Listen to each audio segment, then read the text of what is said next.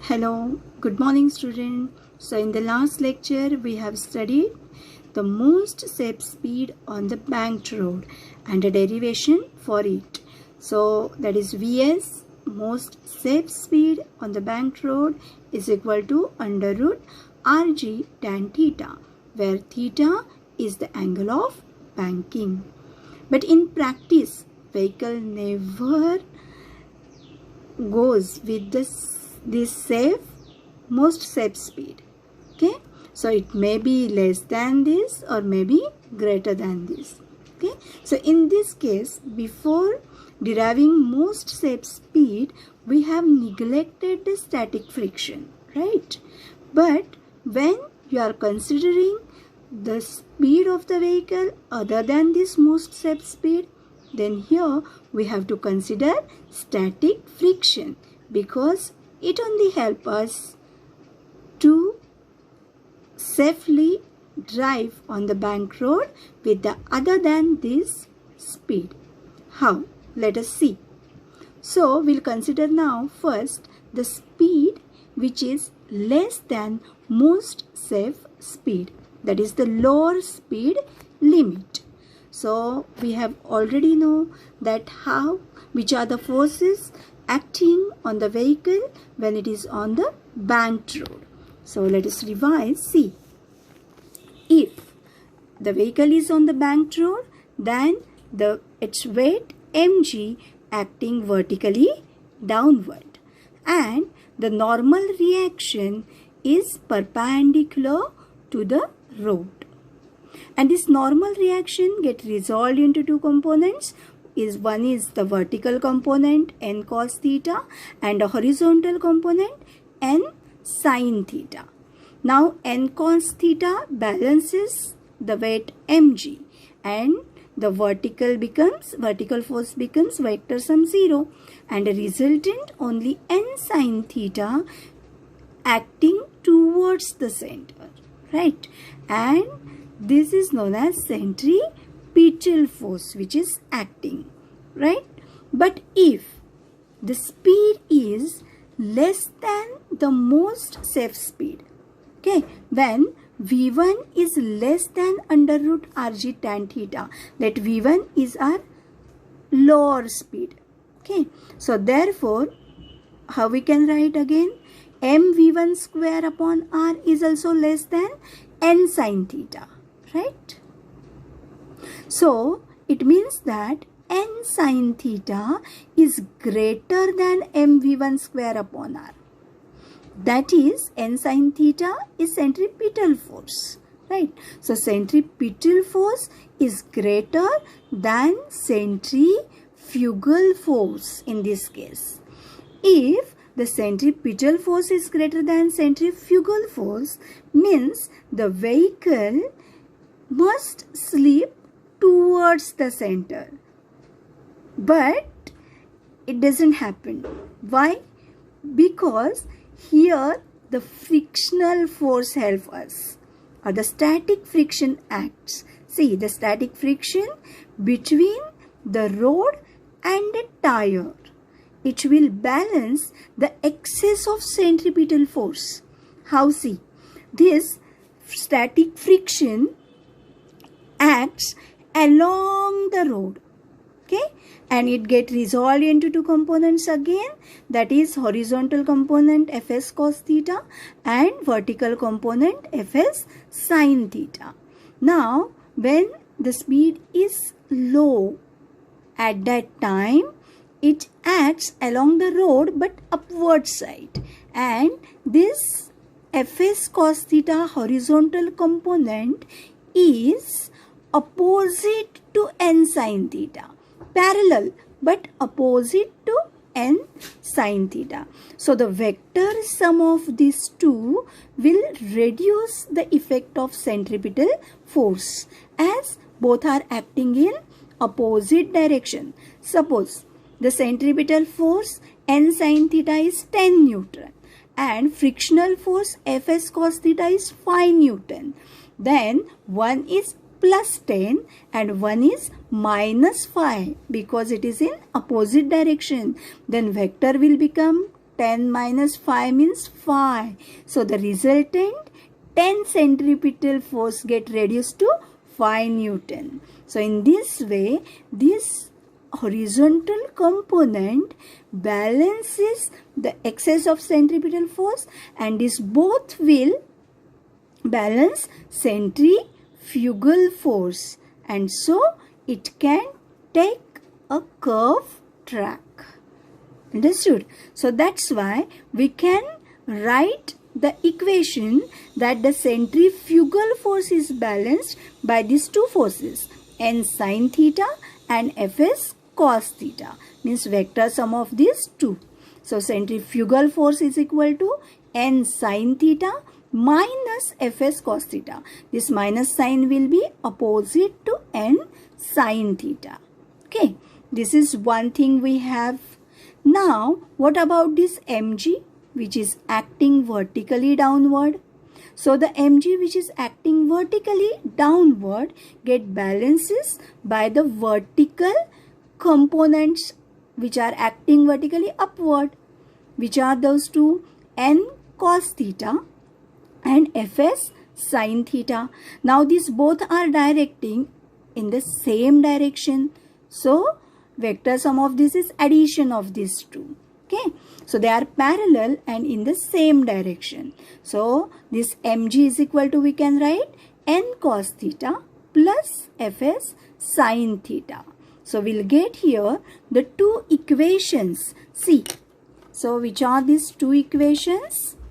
So first one is the centrifugal force m v1 square upon r is equal to n sin theta minus fs cos theta, and also mg is equal to n cos theta plus fs sin theta. These are the two equations we'll get. Now for maximum possible speed, for the minimum possible speed. If speed should be minimum, means friction should be maximum. So it will reduce the speed. So here the Fs max is equal to when the frictional force is maximum. What is the formula for the static friction? Mu s into n, right? Where mu s is your coefficient of static friction and n is normal reaction. So what we'll do? We'll divide the first two equations. We'll divide equation 1 by equation 2. So I will get, see here, m v1 square upon r divided by mg is equal to n sin theta minus fs cos theta upon n cos theta plus fs sin theta. Okay. Now what we are going to do here? See, on the right hand side, not on the left, on the right hand side, divide and multiply. Numerator also divide and multiply. Okay, by n cos theta, means divide to the numerator also and to the denominator also by n cos theta. So how you will get here? See, as it is the left hand side m v1 square upon r into reciprocal of mg, and here on the right side divide all the terms by n cos theta. So you will get n sin theta upon n cos theta minus fs cos theta upon n cos theta upon n cos theta upon n cos theta plus fs sin theta upon n cos theta. Okay, so here on the left hand side mm get cancelled and we'll get v1 square upon rg, and on this right side first n get cancelled and sin theta upon cos theta is equal to tan theta minus, now here cos theta get cancelled, and we know that substitute the value of fs here. Fs is equal to mu s into n divided by n, and upon again n cos theta upon n cos theta is 1 plus substitute the value of fs, that is mu s into n upon n, and sin theta upon cos theta is tan theta. Again here NN get cancelled from numerator and denominator. So we'll get here V1 square upon Rg is equal to tan theta minus mu s upon 1 plus mu s tan theta. Now rearrange V1 square is equal to Rg into bracket tan theta minus mu s upon 1 plus mu s tan theta.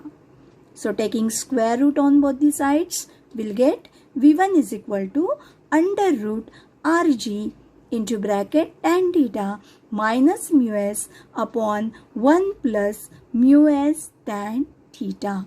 So this is V1 is our this minimum speed, which is less than step speed. So we can see the V minimum is equal to under root Rg tan theta minus mu s upon 1 plus mu s tan theta. So this is our minimum possible speed on the banked road. Okay. So this expression, the whole derivation is not given in the textbook. Directly the formula is given. Okay. So you go through these steps, and if you have any doubt, ask me. Okay. So this is our minimum possible speed on the banked road. But if, see, for mu s is greater than and equal to tan theta. If mu s is greater than or equal to tan theta. Now first we'll substitute the tan theta. Then tan theta minus instead of mu s if it is tan theta in the above formula. Then tan theta minus tan theta is 0. Right? And 0 into Rg is 0. If your numerator is 0, means the whole thing is 0. So your velocity, minimum velocity will be 0. If mu s is greater than or equal to tan theta, then your minimum speed will be 0. And this can be true only for rough roads, which are banked at the smaller angle. Okay. So the minimum velocity will be 0 if your roads are rough and banked at the smaller angle. Otherwise, here given the formula for the minimum speed, V minimum is equal to under root Rg tan theta minus mu s upon 1 plus mu s tan theta. Okay. Okay. So now let us go for the upper speed limit. This is a minimum speed what we have seen. Now what will be if the speed is more than our safe speed? Okay, so here V2 is greater than under root Rg tan theta. So here the centrifugal force is greater than centripetal force in this case. See, centrifugal force will be greater than centripetal force. So what will happen? This vehicle should move outside, but it will not. Right? So why? Again here the frictional force will help us. So in this case, the direction of the frictional force is along the road. Okay? And downward side. Okay? It is downward. Along the road and downward. So here again this frictional force is split up into its components, which is one is horizontal and one is vertical. So here the horizontal component Fs cos theta is parallel and in the same direction of n sin theta. Okay. So both will add. They will not be minus here now because both are in the same direction. And this will increase your less centripetal force. Right? Now the centripetal force is less. So that will increase by this horizontal component of the friction. Fs cos theta. It will add up to n sin theta and will balance your centrifugal force. At the same time, again here, the mg, this weight mg get balanced by the two components here now. That is, one is n cos theta and one is fs sin theta. Now n cos theta and fs sin theta are opposite to each other. So their vector sum will balance the mg. Means n cos theta minus fs sin theta will balance mg. Okay, and while n sin theta and fs cos theta will balance our centrifugal force. So again in the same way we'll get here the two equations. Okay, here the two equations, that is mv2 square. Now let's, this v2 means the velocity which is maximum velocity, upper limit. So mv2 square upon r is equal to n sin theta plus fs cos theta, because both are directing in the same direction. And also mg is equal to, will get n cos theta minus fs sin theta. And as it is, we have fs maximum frictional force is equal to mu s into n. So again in the same way as we have done in case of minimum velocity, we have to divide these two equations and we have to substitute the value of fs in the same way, and then if you will carry the expression or carry out as it is, you will get v2 is equal to under root rg into bracket tan theta plus mu s upon 1 minus mu s tan theta. So here only the sign are changed, right, in the expression. So therefore V max means maximum possible speed is equal to under root Rg tan theta plus mu s upon 1 minus mu s tan theta. So student, you try to solve this expression by taking the help of V minimum. And if you have any doubt, then ask me. I will send you the solved one. Okay, but you try it first. So this is our expression for the maximum speed limit. So in this case, if mu s is equal to cot theta, okay, if mu s is equal to cot theta, then think about the denominator. Mu s is equal to cot theta. So cot theta into tan theta will be 1. And 1 minus 1 will become 0. And anything upon 0 is infinity. So therefore this maximum speed will become infinite speed. Okay. So if mu s is equal to cot theta, then your maximum speed will be infinite. But the maximum range of our frictional coefficient of friction is 1. The value of coefficient of friction maximum value is 1. If it is 1, then tan theta should be equal to 1. Means theta should be equal to or greater than equal to 45 degree. Then what will happen? Tan theta will be also 1, right? So Vmax also here becomes infinite. So 1 minus mu s is equal to 1. Tan theta, if it is 45, tan 45 is 1. So 1 into 1 is 1, and 1 minus 1 will become again 0.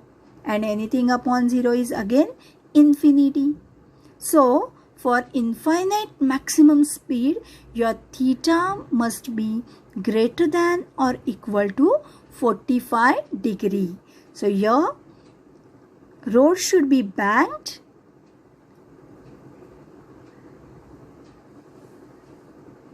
at